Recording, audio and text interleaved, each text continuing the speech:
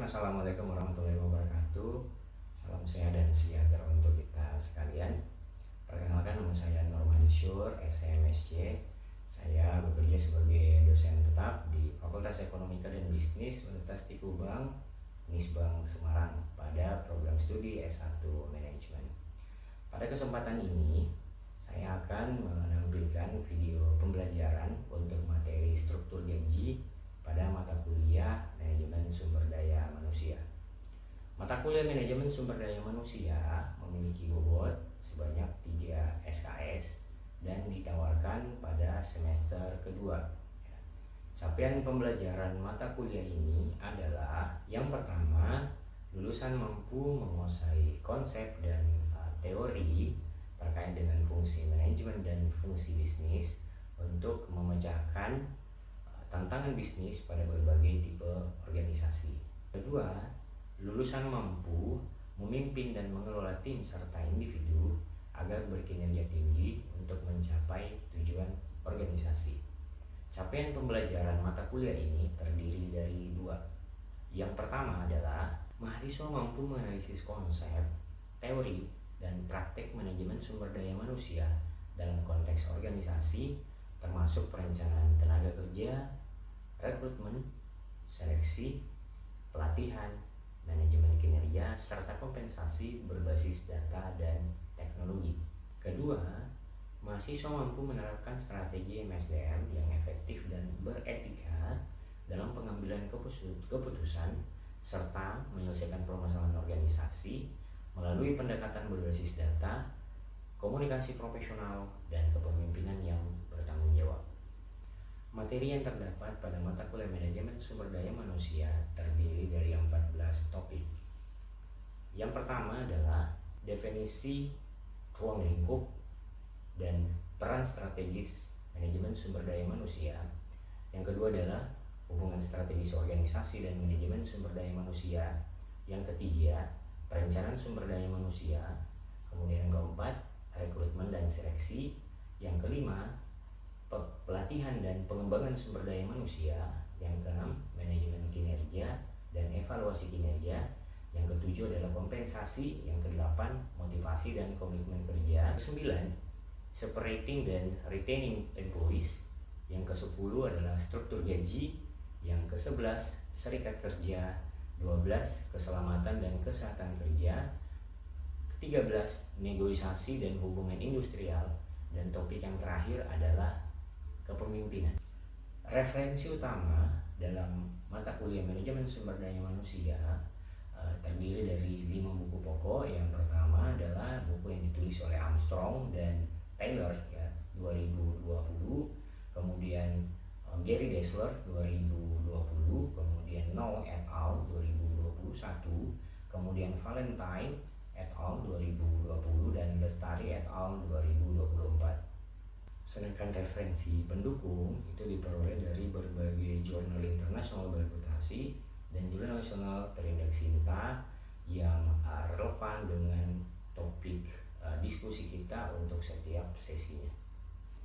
Bobot penilaian untuk mata kuliah ini disesuaikan dengan jumlah CPNK yang telah ditetapkan.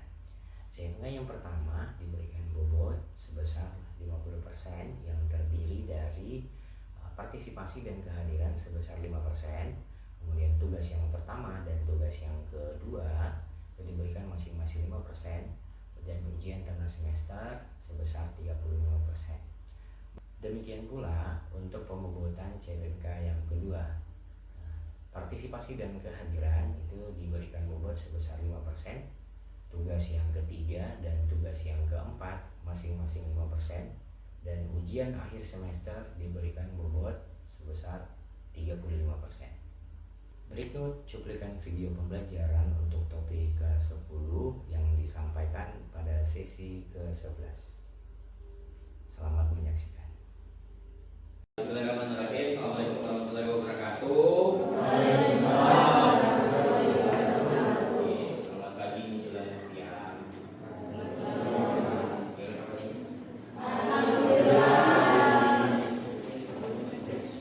Oke, sesi ini kita akan membahas satu topik ke-11 di manajemen SDM. Ini terkait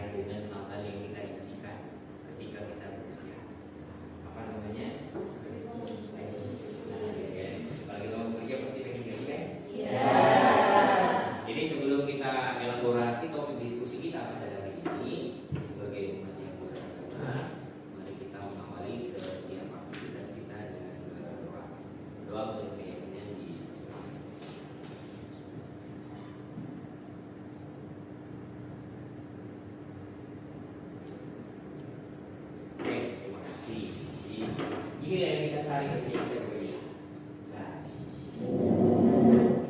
Oke. Sebelum kita masuk, teman-teman mesti paham dulu ya. Jadi setelah mengikuti sesi ini, teman-teman diharapkan mampu mengevaluasi dampak kebijakan SDM karena gaji itu masuk dalam kategori dampak kebijakan SDM. Ya. Terhadap kinerja dan kesejahteraan. Ada dua hal. Yang pertama, memahami struktur gaji. Di benak kita gaji terima gaji tiap bulan. Ternyata ada struktur. Itu yang teman-teman nanti diharapkan bisa memahami. Kemudian yang kedua adalah evaluasi struktur gaji. Kita mengevaluasi struktur gaji itu seperti apa sih? Tingkatannya seperti apa sih? Itu ada. Oke, kita masuk yang pertama. Arti struktur gaji. Ada yang tahu apa itu gaji?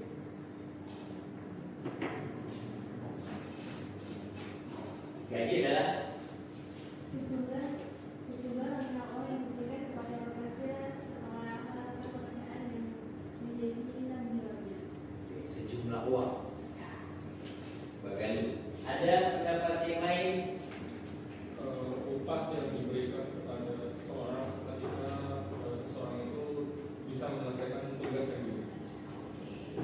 Jadi secara umum struktur gaji itu adalah sistem. Karena apa tadi ada levelingnya, ada yang namanya komponen-komponennya, ada faktor-faktornya. Jadi dia sebuah sistem.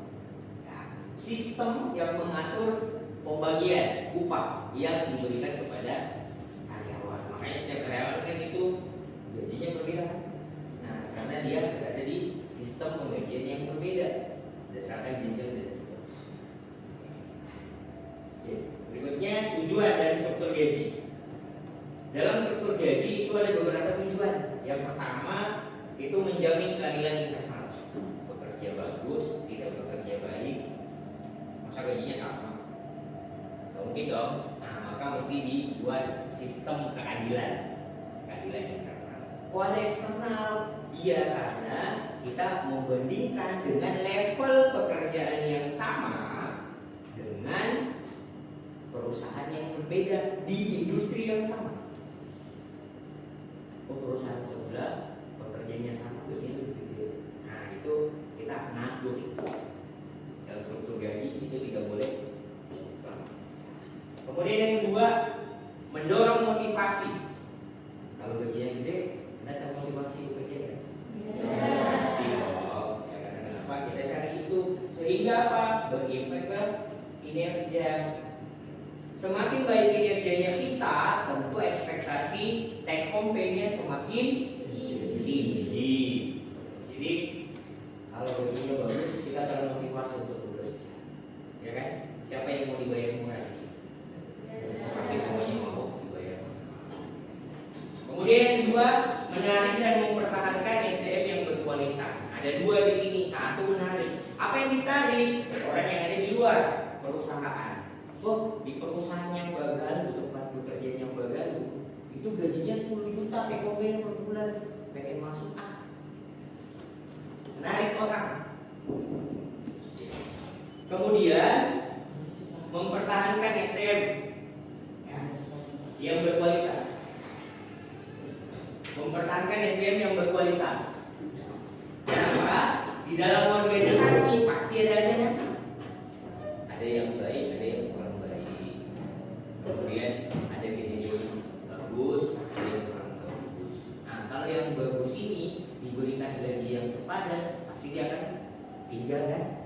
Tapi kalau kerjanya bagus, kinerjanya jelek, kok dibayarnya lebih mahal ya?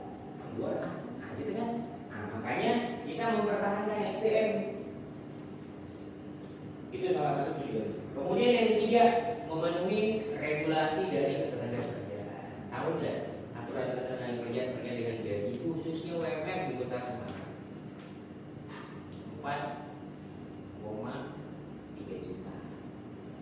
Kalau misalnya Anda bekerja di sebuah perusahaan kemudian gajinya tidak segitu, yang beda UMR.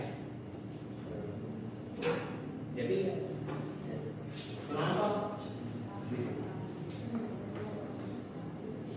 Ini Kota Semarang ya, dia umumkan. Dia beda.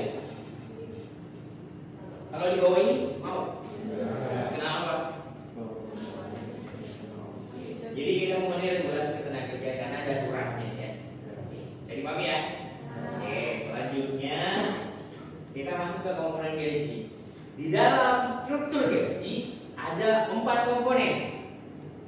4 komponen. Nanti di breakdown banyak tuh. Di breakdownnya banyak. Tapi ada 4 komponen utama. Yang pertama adalah gaji pokok. UMR itu masuk gaji pokok.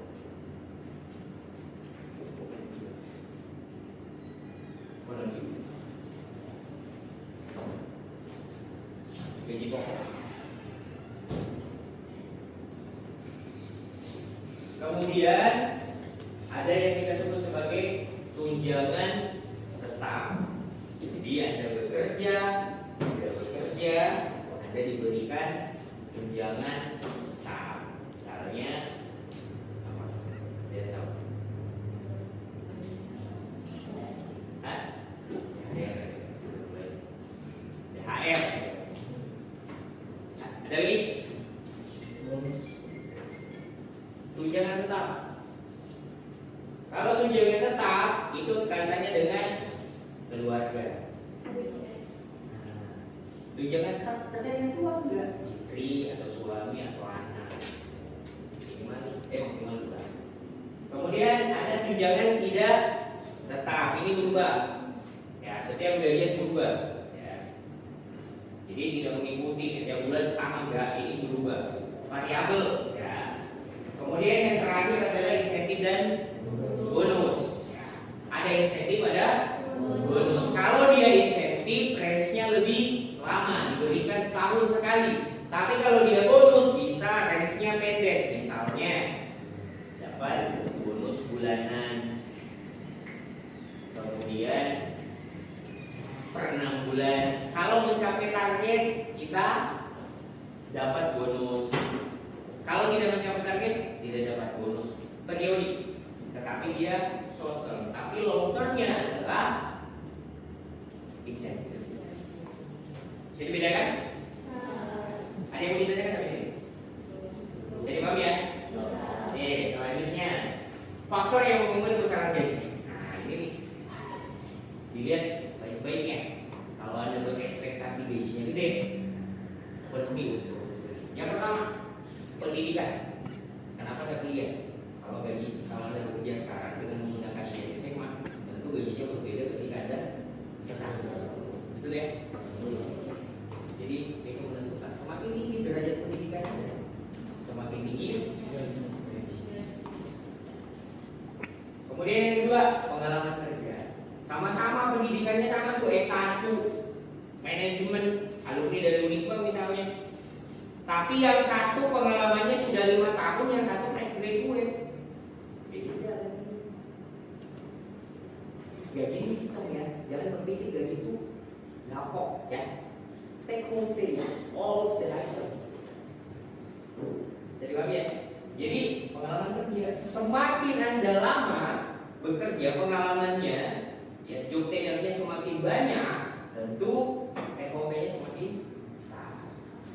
Kemudian jabatan dan tanggung jawab. Tentu dong, orang yang menjabat sama orang yang tidak menjabat ada bedanya nggak? Yang bedakan apa?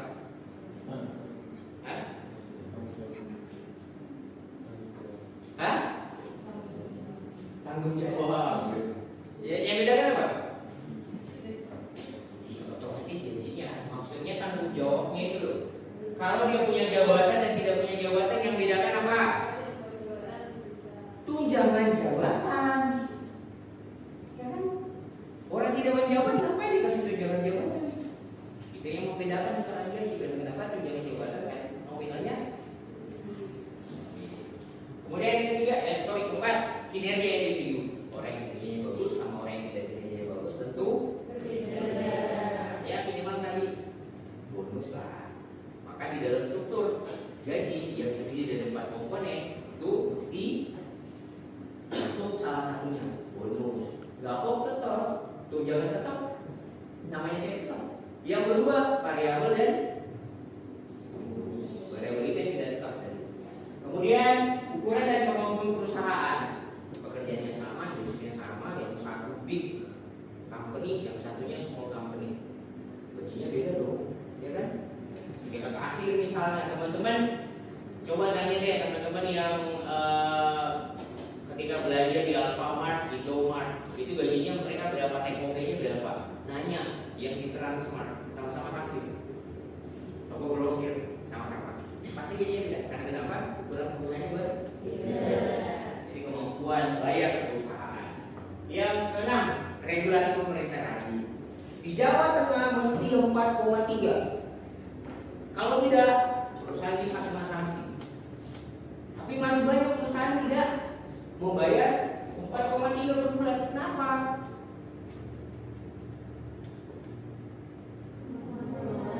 Kemampuan perusahaannya yang berbeda. Jadi sudah dibikin aturan ya minimal sekitar, maksudnya upah minimum kan. Tetapi ukuran perusahaannya berbeda, kemampuan bayarnya berbeda, bayarnya berbeda. Nah, ini juga bisa berpengaruh. Kemudian yang terakhir pasar tenaga kerja. Semakin tinggi permintaan, sedangkan penawarannya semakin rendah, gajinya seperti apa? Hah? Permintaannya tinggi, tapi yang ditawarkan sedikit, gajinya bagaimana? Permintaan penawaran, gajinya tinggi. Kita butuh banyak, kita butuh orang, tetapi di pasar tenaga kerja terbatas, dibayar mahal dong. Contoh, Cristiano Ronaldo banyak nggak? Enggak, cuma satu di dunia, makanya dia jadi pemain termahal. Lionel Messi misalnya. Dokter spesialis banyak nggak? Lebih banyak dokter umum dong. Makanya sama-sama dokter, tapi karena yang satu ini spesialis ya, ini dia punya kualifikasi yang sangat spesifik, maka dia dibayar mahal. Itu cuma pakai 350.000. Dokter umum 70 tadi, sama-sama dokter. Tapi berbeda karena kenapa? Pasar tenaga kerja untuk spesialis sangat terbatas. Bisa dipahami? Ada yang bisa ditanyakan? Tujuh komponen ini. Jadi Anda perlu tahu ini. Nanti kalau misalnya Anda berekspektasi gajinya yang besar, ya minimal untuk ini. Ya awal mungkin belum ada jabatan ya, oke lah. Tapi kalau yang lain, bikin diri Anda unik supaya apa? Anda dibutuhkan oleh organisasi, tapi karena Anda unik terbatas dong, pasti harganya mahal. Jadi kami tidak nyampe di rumah, ya kan? Pokok, gaji pokok, kemudian tunjangan tetap, ya, tunjangan tidak tetap, insentif atau bonus.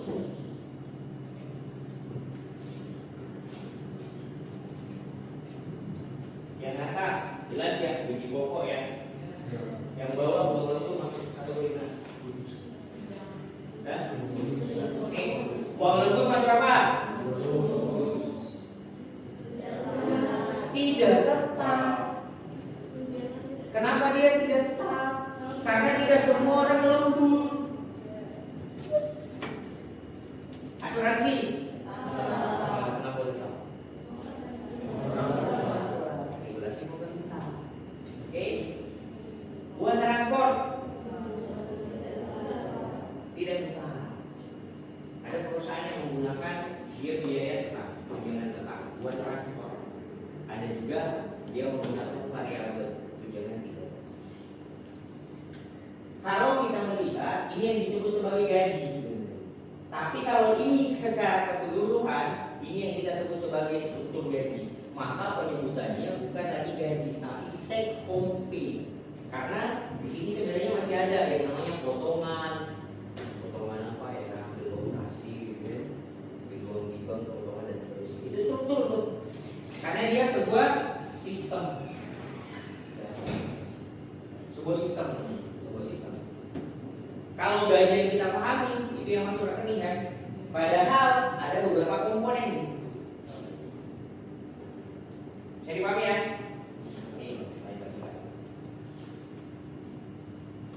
Masuk apa?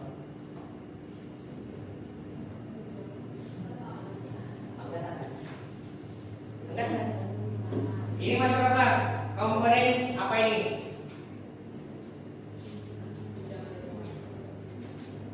Sebut angka aja deh.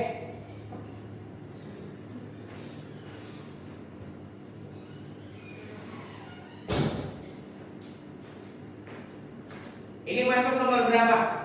Dua. Nomor 2. Tetap ya.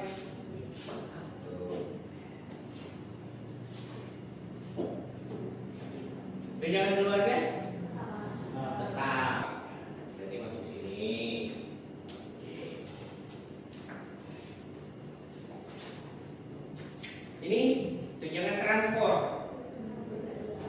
Tetap. Tadi sih bisa tetap, bisa tidak tetap sih sebenarnya. Tadi gaji pokok ya, gaji pokok nggak usah. Karena ini pembeli tidak jelas. Ini ada mas. Tunjangan makan masuk apa? Tidak tetap. Berarti tadi bukan. Tetap. Tetap dong. Tetap aja tetap. Hah? Tidak tetap. Tunjangan. Hari ini Anda masuk kantor, besok enggak dikasih uang makan enggak? Berarti Anda masuk Anda diberikan tunjangan makan itu berdasarkan kontribusi Anda. Lembur? Tidak tetap. Hari raya?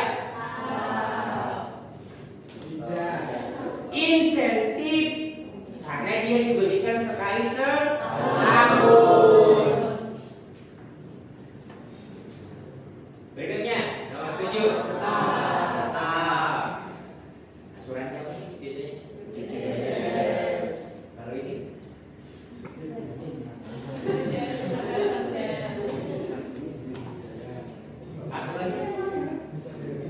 asuransi kesehatan, BPJS kesehatan, BPJS ketenagakerjaan. Dia tetap atau tidak tetap?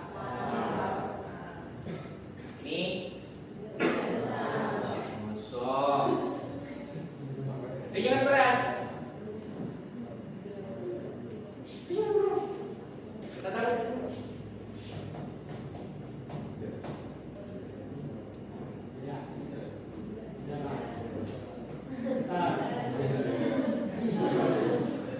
Tetap. Anda jadi pejabat, ini jadi pejabat. Anda tidak mungkin kan makan beras atau makan nasi 1 kilo, ya kan? Nasi jumlahnya tetap sama dengan jumlah keluarga. Misalnya makanya tadi kan tunjangan keluarga sini kan. Kemudian istri 1 atau suami 1 ya, istri yang 2 ya. Tujuannya lebih banyak. Kemudian suami, anak 2. Makanya tunjangan beras itu masuk dalam kategori tunjangan gaji 13, 14, 15, 16, 17 sampai seterusnya. Dia masuk kategori mana? Hah? Apa?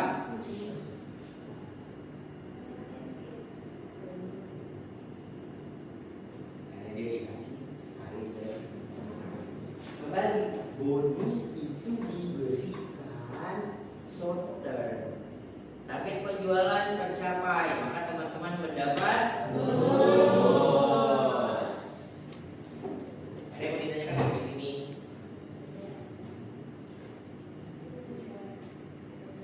Ya. Jadi kita masuk di bagian akhir dari pembelajaran hari ini. Kesimpulan yang pertama adalah struktur gaji yang efektif mendorong orang untuk termotivasi untuk meningkatkan kinerja, sehingga apa? Ekspektasinya dapat gaji yang gede, gitu ya. Kemudian mempertahankan retensi karyawan, mengurangi retensi, meningkatkan retensi ya harusnya, meningkatkan retensi karena mempertahankan. Kalau keluar itu super rating namanya. Ya. Kemudian yang ketiga harus adil tadi ya, kinerja bagus, tidak bagus, itu mesti memiliki perbedaan take home pay. Ya, khususnya yang ini sih sebenarnya bonus dan tunjangan tidak tetap ya. Kemudian yang terakhir adalah evaluasi dan penyesuaian secara berkala. Tadi terkait dengan job tenure, pengalaman kerja. Dia sudah bekerja di perusahaan itu 5 tahun, kok gajinya segitu-gitu terus. Nah, itu mesti dievaluasi. Maka orang yang fresh graduate dengan jenjang pendidikan yang sama, kualifikasi yang sama, bahkan jabatan yang sama, tetapi akan dibedakan dengan gaji pokok. Karena yang satu memiliki pengalaman yang lebih. Sampai sini ada yang mau ditanyakan? Bisa dipahami ya? Oke, ini saya kasih tugas. Ya. Ini orang tuanya bekerja semua ya? Jadi nanti teman-teman cek slip gaji orang tuanya. Itu kemudian dari slip gaji tersebut Anda klaster, dia masuk ke komponen mana saja di antara 4 komponen ini. Ya. Kayak yang tadi. Ya. Jangan jabatan dia masuk. Jangan. Ada yang mau ditanyakan sebelum kelas kita ini?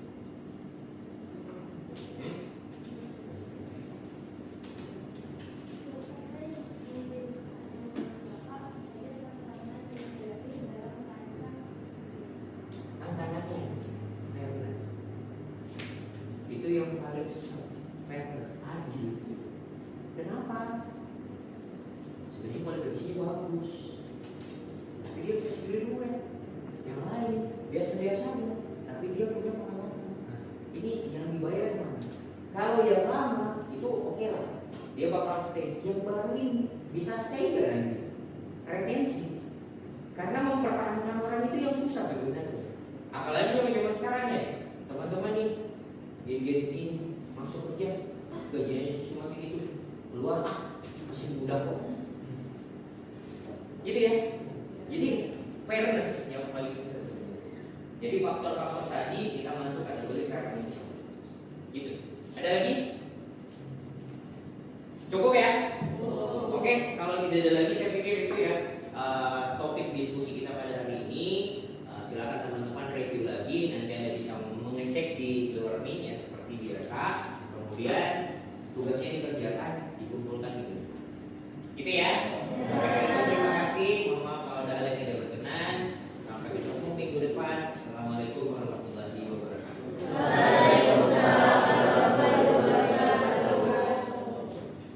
Demikian cuplikan video pembelajaran sebagai bentuk pernyataan diri dosen untuk unjuk kerja Tridharma Perguruan Tinggi atau PDD UKTPT bidang pengajaran untuk materi struktur gaji pada mata kuliah manajemen sumber daya manusia. Semoga memberikan manfaat dan inspirasi. Sampai jumpa lagi. Wassalamualaikum warahmatullahi wabarakatuh.